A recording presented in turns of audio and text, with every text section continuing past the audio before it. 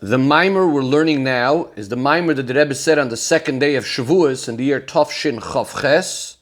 The Rebbe was Magia, the Rebbe edited the Maamar in honor of Shavuos Tofshin Memtes. The Rebbe starts off, Vayidaber, Elokim is called Advarim Eila Leimer, Anoichi Goimer. Hashem spoke all of these words, saying, Anoichi, and all of the Aseres HaDibrois, Medayik Admur HaZokein. So the Alter Rebbe is Medayik. In these words, he asks on the specific words being used over here, Mau oimre es kol hadvorim o'ele. What is the need for these words? Es kol hadvorim o'ele. Why does the pasuk have to say this? The l'cho'ira seemingly have a leila meimar. The pasuk should have just said straight, Vayidaber Elekim, Hashem spoke and said, Anoichi, etc. What is the need for the words es kol hadvorim o'ele? Hashem said all of these words. Umevair, the Alter Rebbe explains that when we say the words Kol Hadvarim Ha'ele, the Chol Hadvarim Ha'ele Koi, what this is referring to, Al Kol HaTorah Kula, it's referring to actually all of Torah. In other words, it's not only referring to what seems to be implied immediately is just the Aseres HaDibrois, as Kol Hadvarim Ha'ele is also referring to the fact that everything of Torah is said by Hashem. In fact, kol masher talmid vosik asid l'chadish v'chulu, even in many generations, when a proper, diligent Talmud will get up and come up with a new novel idea in Torah, this too was said by Hashem at Matan Torah.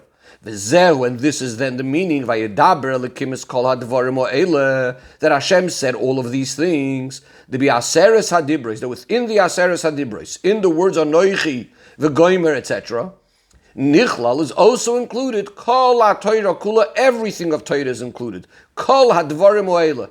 So therefore the pasuk is saying, Vayidaber Elekim is Kol HaDvarim Ha'ele. Hashem said all of the words of Torah, and they are all included in these words that we now see in the Aseres HaDibros, Anoichi Hashem Elokecha, and so on. This is the pshat of the Alter Rebbe. The Rebbe is now going to connect it with what Rashi says. Yesh lekasher ze in pirush Rashi ala pasuk, says the Rebbe, we could connect this with what Rashi says on the pasuk. The masha kasav is kol advarim ha'ele koydem lo anoichi goimer. What Rashi says is, what's the point of these words? It's called about advarim ha'ele hu lelamed, is coming to tell you, is coming to teach us shekol aseres hadibrois nemru tchila bedibur echad, that all of the aseres hadibrois were first all said together as once. As one statement, all together, the achar kachazir or pirish called dibur v'dibur b'fnei atzmoi, and then every one of the aseres hadibros came out and was explained individually. In other words, at first there was just one dibur from Hashem, one statement that all came out together, the aseres hadibros, and then came the aseres hadibros, each one individually. Says the Rebbe, how are these two pirushim of the Alter Rebbe and Rashi very similar and connected? The toichnam shel shnei pirushim, because the point of both of these pirushim is shenesinas haTorah ha'isa b'derech klal uprat. Both of them are bringing out that the Torah was given first as a klal, as a general idea, and then came out the details. We see this in both explanations, both of Rashi and the Alter Rebbe. The difference is only Ela shelafi pirush Rashi medaber akasav ba'aseres hadibros atzmam. But according to Rashi, we're just speaking about just the aseres hadibros, meaning to say shemitchila namru b'vchinas klal dibur echad. Originally, the 10 dibros all came out as one, and that's like the klal. The achar kach nifratu called dibur v'dibur b'fnei atzmoi, and then came each one of the dibros individually and separately. So that's Rashi, but we have the idea of first klal and then prat. Ulefi pirush admur hazaken, and according to the Alter Rebbe, it's the same idea, but even on a bigger scale. Medaber hakasav ba'pratim the Torah. What we're saying is that all the details of Torah, even everything that's eventually going to come out, shegam heim nitnu tchila b'vchinas klal, were also first given as a klal. In other words, in a general way, where it's all included b'aseres hadibros. And then over time we have all the rest of Torah, the details of Torah, coming out individually in a revealed way. Says the Rebbe, if we could add shegam ze gufo hapirud va'gilui da'aseres hadibros haya ba'ofen dechlalu prat, This idea of klal and prat doesn't just stop by the aseres hadibros, that the aseres hadibros are the klal, are the general idea of Torah, and then later we're going to have all of the details. But actually, in the whole way how Torah comes down over the generations, we keep on having this idea that originally we have something called klal, and then it comes down into more and more details. The tchilas hamshachava piruda aseres hadibros ubetoyre shebeksav. So first we have the way aseres hadibros was in a way of klal, and the details come out later into all of Torah shebeksav. Those are like the details coming out of the aseres hadibros. Then Torah shebeksav compared to Torah sheba'al peh is again going to be like a klal compared to the prat. Torah sheba'al peh is going to be the details coming out of the general idea of Torah shebeksav.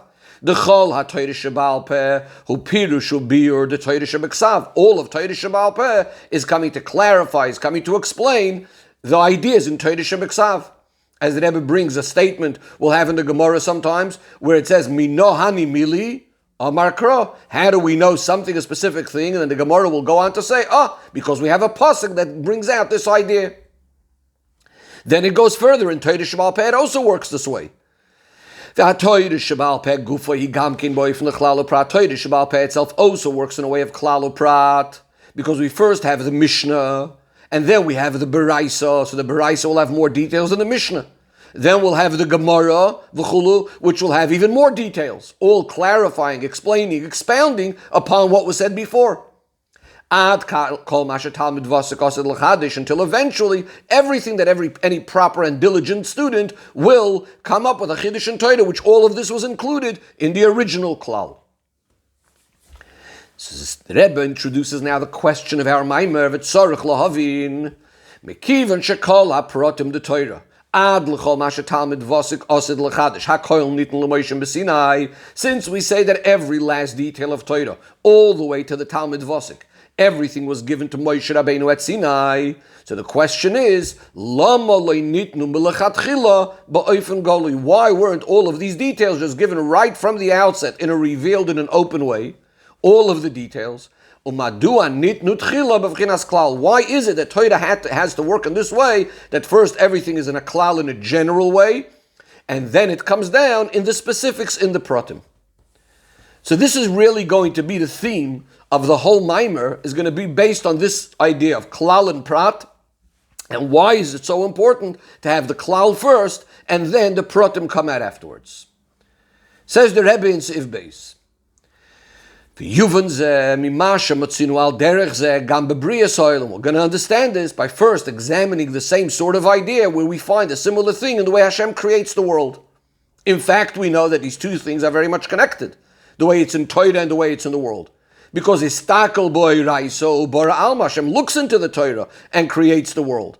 So you have the idea of klal and prat in Torah as we just discussed, and we're going to see the same thing now in the way Hashem creates the world. From the klal prat, here too, it was in a way that first we have the klal, and then we have the prat. How so? The Amr Razal tell us, Mishnah says in Pirkei Avos,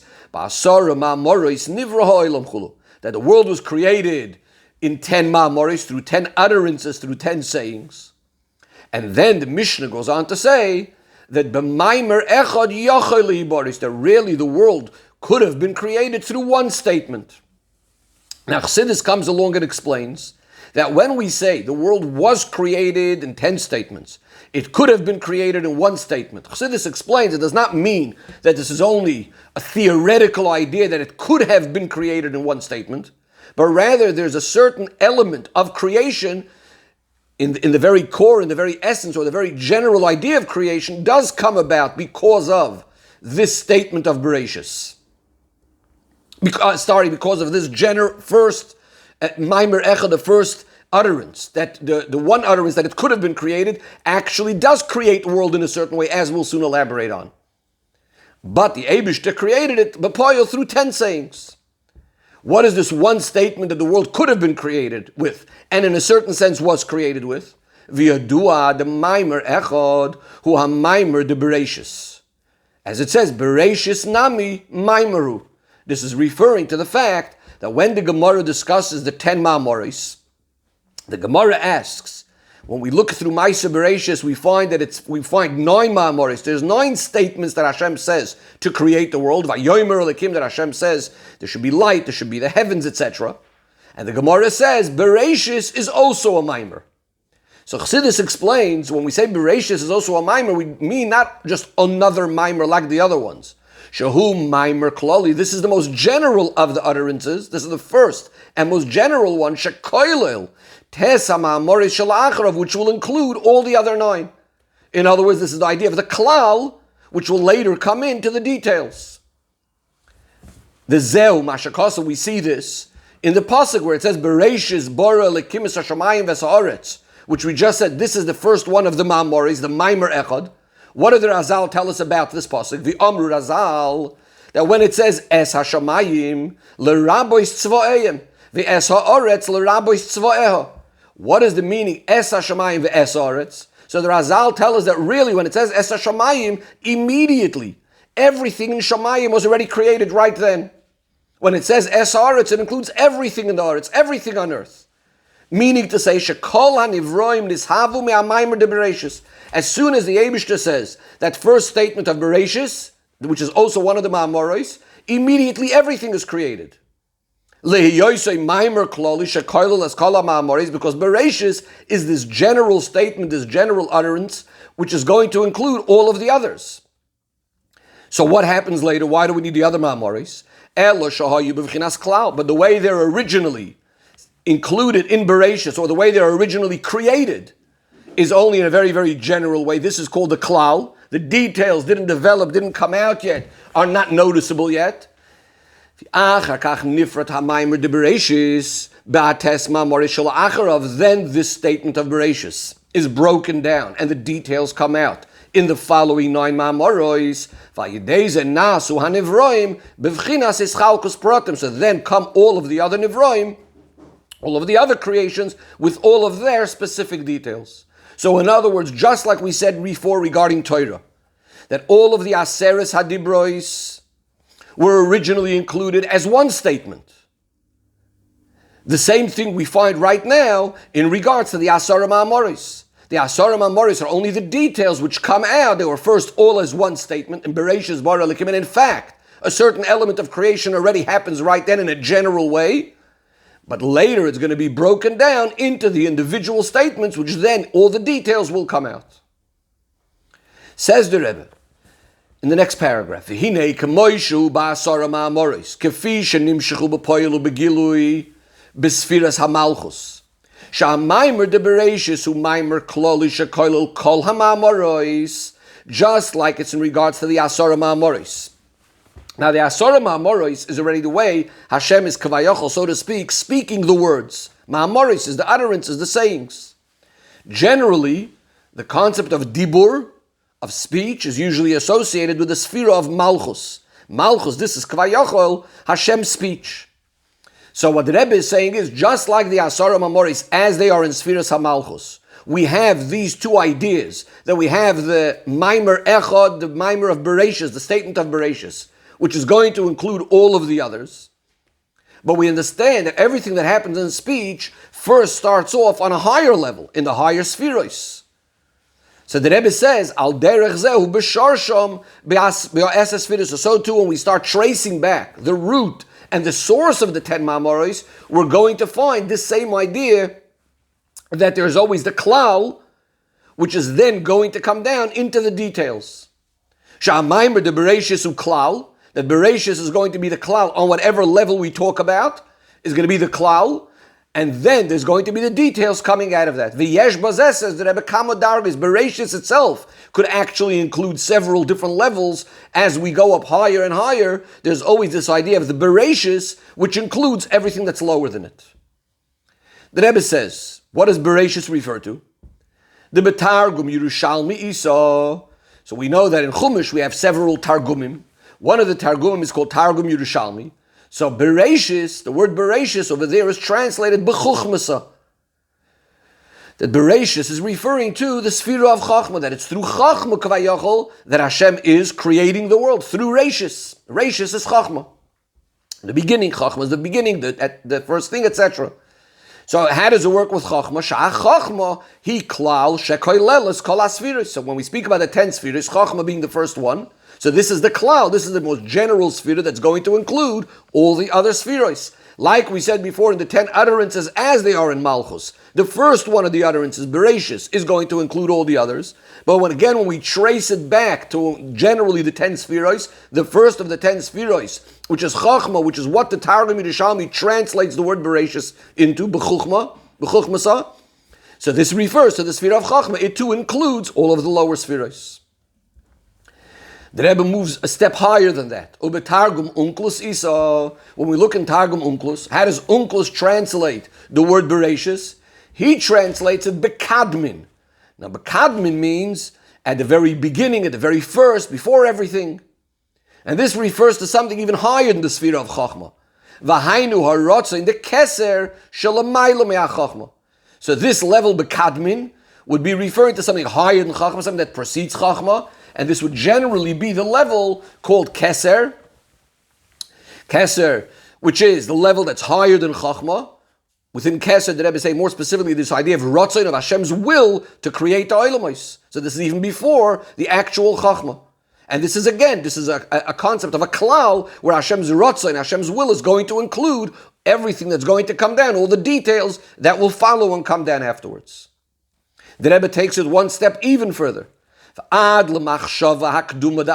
know that there's something called the initial machshava, the earliest machshava, the primordial machshava of Adam Kadmon. What is this level, Adam Kadmon? Shuar Rotzain HaKloli Al Klolus Hayishtalshalus.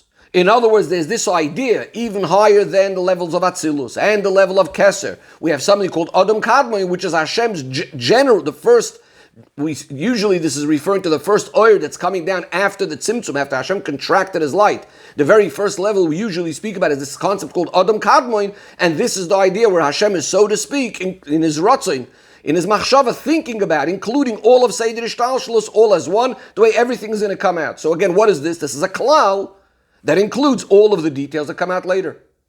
The Rebbe goes up even further, before the Tzimtzum. And even higher than this, Hashem's desire to create the worlds, as it's before Hashem even makes a Tzimtzum in his oir, we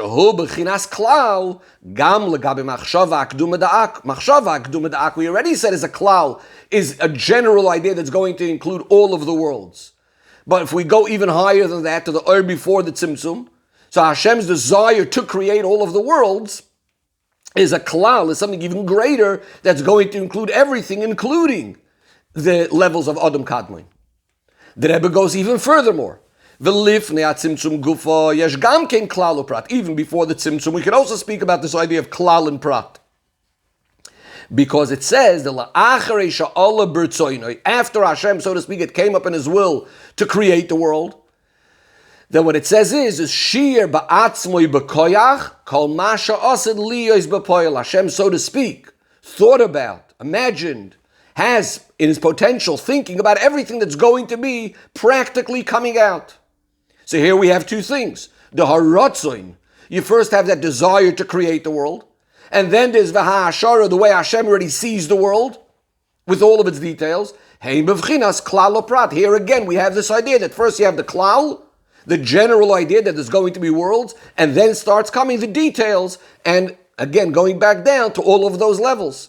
So we start off with the greatest klal in Hashem's Ratzon, then we went down to the level of Machshava HaKduma Da'ak, and the level of Keser, and the level of Chachma. Each one of these is a klal to everything that's going to be lower than it, until eventually coming, even in the sphere of Malchus, when the speech of Hashem Kvayachol is already starting to come out. Again, we first have the klal, the Bereshis, and then we'll have all of the details. V'nimtza, so the Rebbe says, what do we have from all of this? The Kemoy Sham Shachar the Torah, Hu B'vchinas Klalu Prat, B'kama V'kama Dargis Kanal, that just as we said in regards to Torah, that there's all these different levels of Klalu Prat. We said there's everything, how it's included in the first Dibur of the Aseres HaDibros. Then it comes into the Aseres HaDibros. Then it comes into Torah Shebeksav. Then it comes into Torah Sheba'al Peh. We went from Mishnah, Gemara, Talmud Vasek, etc. So there's all these different levels of Klal and Prat. Al derech zehu ba'hamshacha da'olam, so too in the way the world is created, and the energy of Hashem that creates the world, we again have all of these different levels of Klal and Prat. Hobavchinas Klal Prat, Bekama V'kama Dargis Kanal, goes through so many different levels of first a general level and then that breaking down into more specifics. Then it also comes down Bekama V'kama Dargis. So here too says the Rebbe, just like we asked the question regarding Torah, that what was the need for it to have first the Klal, and then we're going to need to wait till all of the details come out. The Rebbe is now going to ask the same question in regards to the creation of the world. The Gam Bazet Sarach Love, and say here too we need to understand Hari Akavana Bebrias Ha'olam Isi Sheyiyu Nivroim Protim B'Yischalkus. The whole point was that eventually the Eibishter wants in the world that we're going to have all the specific creations, all of those little details, which is the bottom line. And this is really what's the whole cause of this whole Seder Ishtalshlus of all of these higher levels that we said, all the way back to the initial desire of Hashem before the Tzimtzum, was all that. In other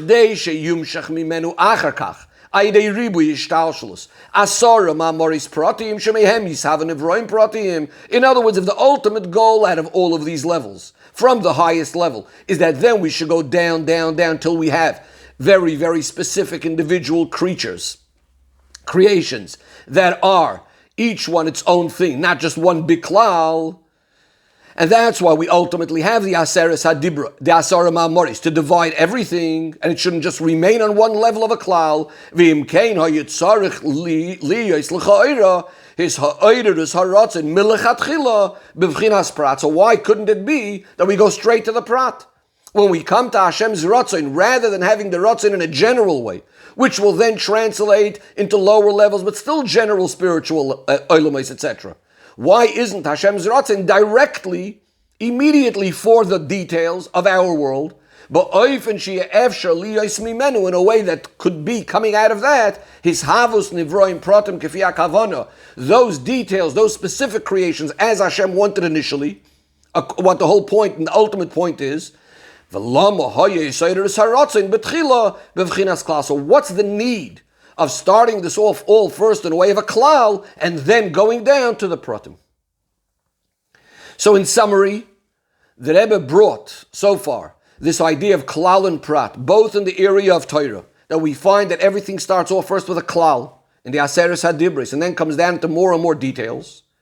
So too in the way the Eibishter creates the world, we have the Asara Maamoris, but all first start off in Bereshis as one klal.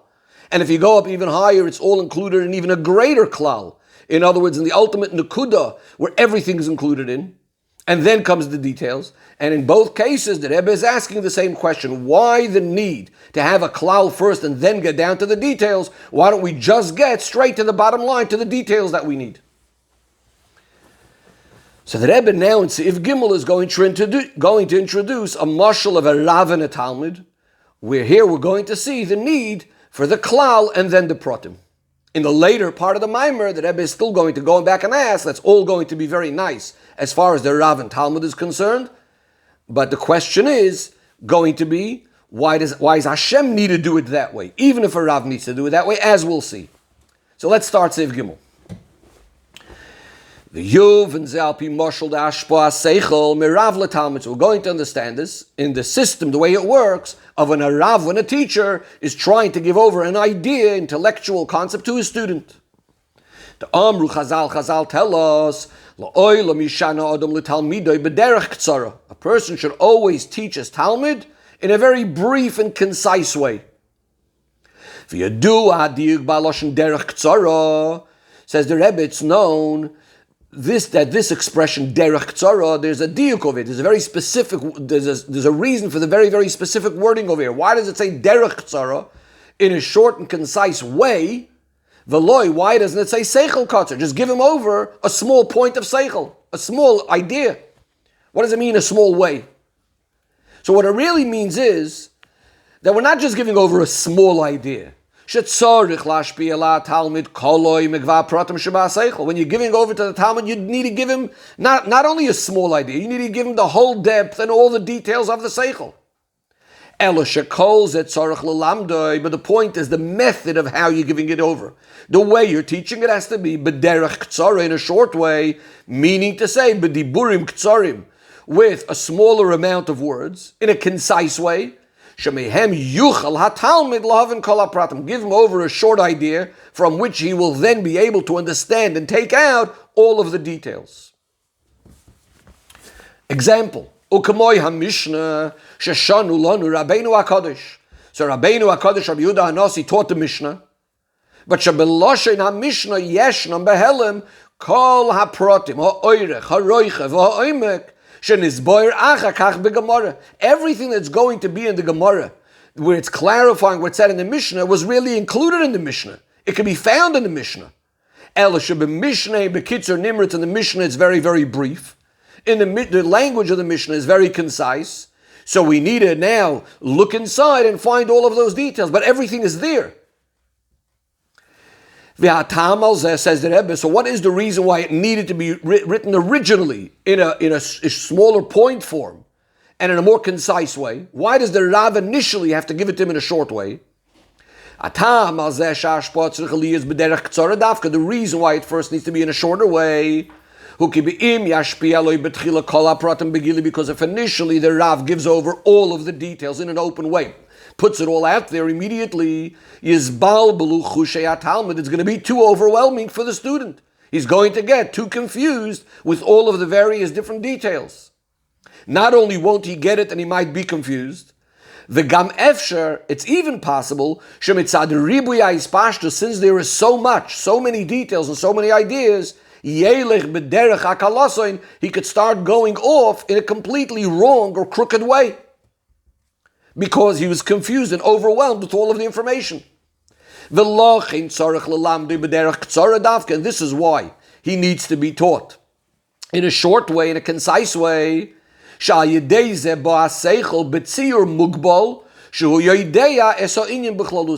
it over in a short idea, in a short way, so the first thing he already has a picture of the whole idea in a general way, with all of its borders, with all of its parameters, so he doesn't get too lost afterwards. He knows the point that he has to stick to, and that it's going to be. Once he has the general idea, even once he starts looking a little bit more carefully into the details, and start seeing all of the various different aspects of logic that are involved. Lefi oif and hatziur shel hadiburim aktzorim v'lo yelech b'derech hakalos. And as long as he knows the general idea of what it's supposed to be, and he sees the borders of it, he sees the idea of where it's meant to stay, where it has to stay. So then even as he starts going into the details and expounding and going further out, but it'll always remain limited to and sticking to the main point that he knows needs to be there. So he won't go off track. Says the Rebbe that this is true not only how the Rav is giving it already over to the Talmud, that he needs to first give over the general idea, and only then will you be able to see all the details in it. But the Rebbe is now going to explain that all of this starts off first in the mind of the Rav himself. Just as it is when the Rav is already giving it over to the student. That originally when he starts off, he needs to give him over just the general idea, the concise point, and only then could we look at the details. Al derech zeh so too, hu gam b'hamtzoas haseichel hashayich la'talmid b'harav atzmoi. So too, when the Rav in his own mind is trying to come up with an idea that he's going to give over to the Talmud, it also needs to work in a similar way. What he's going to need to do is first get a general idea, general point, what he wants to give over to his Talmud. Which idea does he want to give over? Why is that?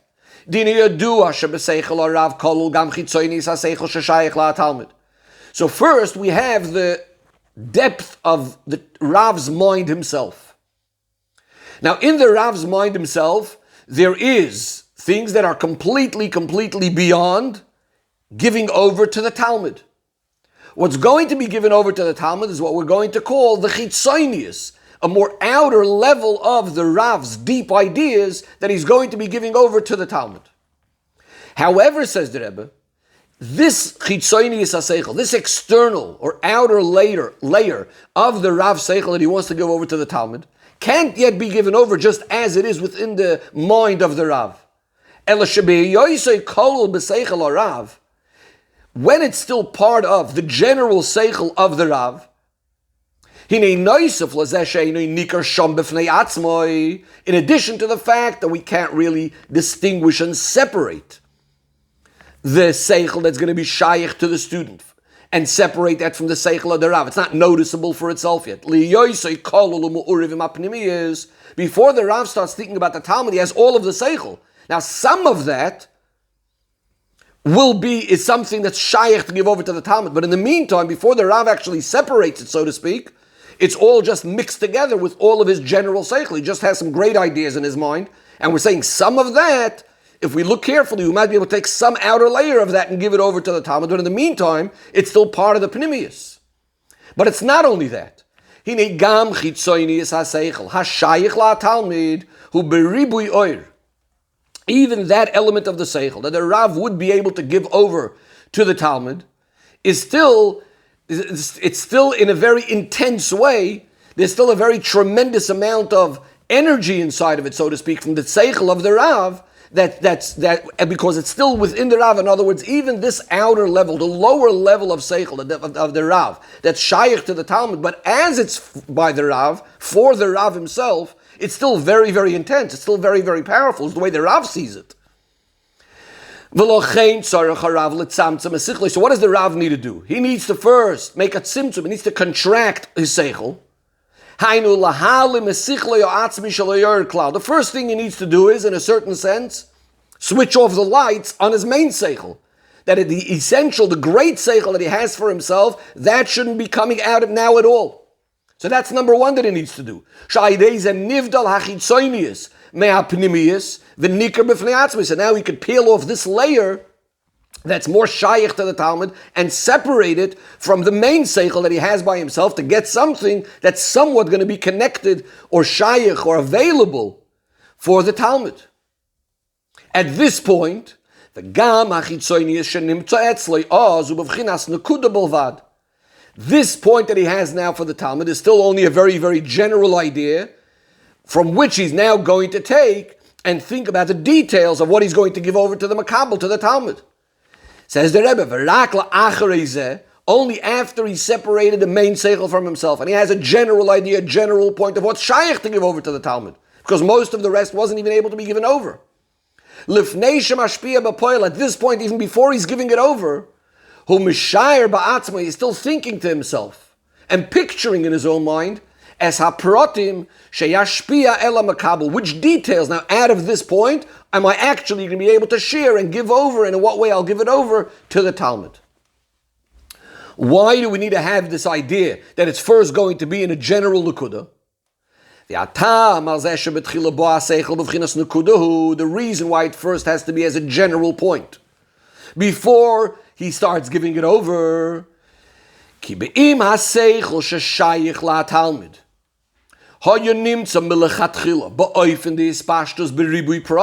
if this seichel, initially, right from the beginning, would just be with all of its details, yiyu az haprotim ba'oifen kemoy shehem noivim miseichel arav beribui oir v'lo yiyu mechuvanim umasimim l'chushei ha-Talmud. So we're going back to this problem that if it's just going to be all of the details immediately, it's still very, very much like the seichel of the Rav, coming with that full intensity of the seichel of Rav. In other words, way too great or too big to be able to fit and to be able to adjust to the particular senses and understanding of the Talmud. Therefore, the first thing is we need to remove as much as possible of the oir. we're going to remove as much as possible of what's eventually going to needs to be given over. Because we're trying to put a certain limit, a certain cap on the seichel. We want it to be something we find in a kudah that's going to be able to fit into this Talmud. Now, even though in this Nakuda, yes, it includes all the details that will later come out. And in the square brackets over here, the Rebbe adds even more. In truth, there's something even more than this. That really, in this Nakuda, at least deep down, hidden in it, really contains even from the deepest Pnimiyas HaSeichel of the Rav. Nevertheless, since at the moment all of that's concealed, this is at least putting a limit, putting a certain shape and form on the general idea. And now we have an idea that could be given over to the Talmud. And once we have already this particular shape and form, this limitation, this general idea of what's going to be given over to the Talmud, then, even once we're going to take this idea and start expounding on it, and start getting to the details of it, but all of these extensions that will come out of it, will still ultimately always remain true to the Nakuda, to the point. In other words, if we have the point lechatchila, then we don't start getting lost in the details, which, as we said before, they could start going in very, very wrong directions and could be too overwhelming. So again, the point that the Rebbe mentioned over here, in the mashal of the Rav and the Talmud, and then we're going to apply this, how this all applies l'mayla. The point that Rebbe was saying is that when a Rav is giving over to the Talmud, it's extremely important to have it in a way of klal or prat. Because the klal, again, is going to, first of all, is going to put a certain hagbala, a certain limit, and in the way of the seichel, to be able to give it over properly to the Talmud, and then the Talmud will be able to take out of this nakuda and understand all the other details ultimately as well also. And the Rebbe again said that this is true on two levels. It's first of all the way the Rav is giving it over to the Talmud. He's first going to tell him the general idea, and then we'll be able to work on the details. But really, even in the Rav's mind itself, he first has to make sure that everything else is removed, and we only have this one general nakuda that I'll give over to the Talmud, and then he could start the process of the hashpah. The Rebbe now applies this how it all works l'mayla. Says the Rebbe, "Van nimshol mazeh yuvel l'mayla." So the nimshol, it will be understood the way it works and the way Hashem creates the world. That in order for this initial oir that's coming to create the worlds should be in a way that's in some way proportionate to the nivroim, in some way that it's in a way that the nivroim should be able to contain it. So that the oir of Hashem should be able to shine inside of them in a pneumistic and an internal way. From the klal of prat, here too we needed these two ideas, first the klal and then the prat. Why? So if since the oilamis are completely not be'erech, in no way comparable and completely insignificant compared to the oirein soif, therefore, again the same idea, if initially there would just be many of the details, all of the details would be coming out directly from the Ein Sof. Then these details would also be in a way of bligvul as they're coming from the Ein Sof. Therefore, we first need to take it and make it all into a klal, meaning to say, we're first taking the oil in a general way and shaping it and forming it, that it should somehow be able to be contained and go according to the oilamos. Once we have this general klal, what's going to fit into the oilamos? Then even as the details will later develop and come out afterwards, will always match and always fit this general klal as it was shaped and formed for the oilamos. Now, just like we said before by the Rav and Talmud, there are two stages in the klal and the prat. in the way the Rav is giving it over to the Talmud, this klal and prat, but really even in the mind of the Rav himself, the Rebbe applies this l'maylo as well. Just as in the hashpah of the seichel from the Rav to the Talmud, who hein b'hashpah b'poel, this idea that the klal comes before the details, is both in how it's being given over practically. Sha'hashpah b'derech ktsara, that the Rav will teach the matter in a short, concise way.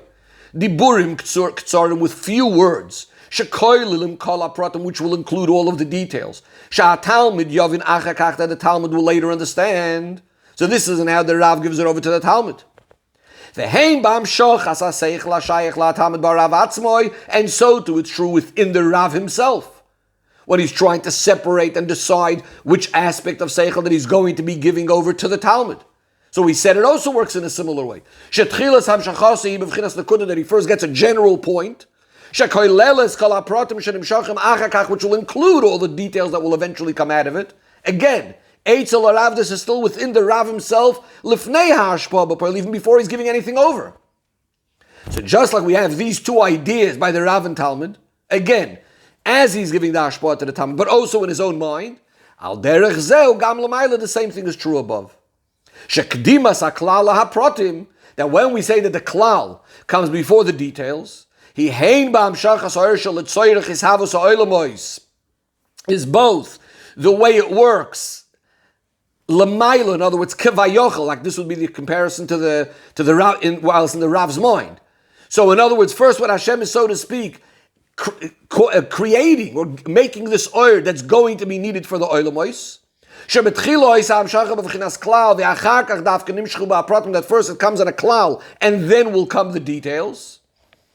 And we said already earlier what this klal is on a number of levels, which is, again, we spoke about the idea how it's the oil before the tzimtzum, how it's a klal to the oil afterwards, etc., etc. This is what the Rebbe says in the square brackets. That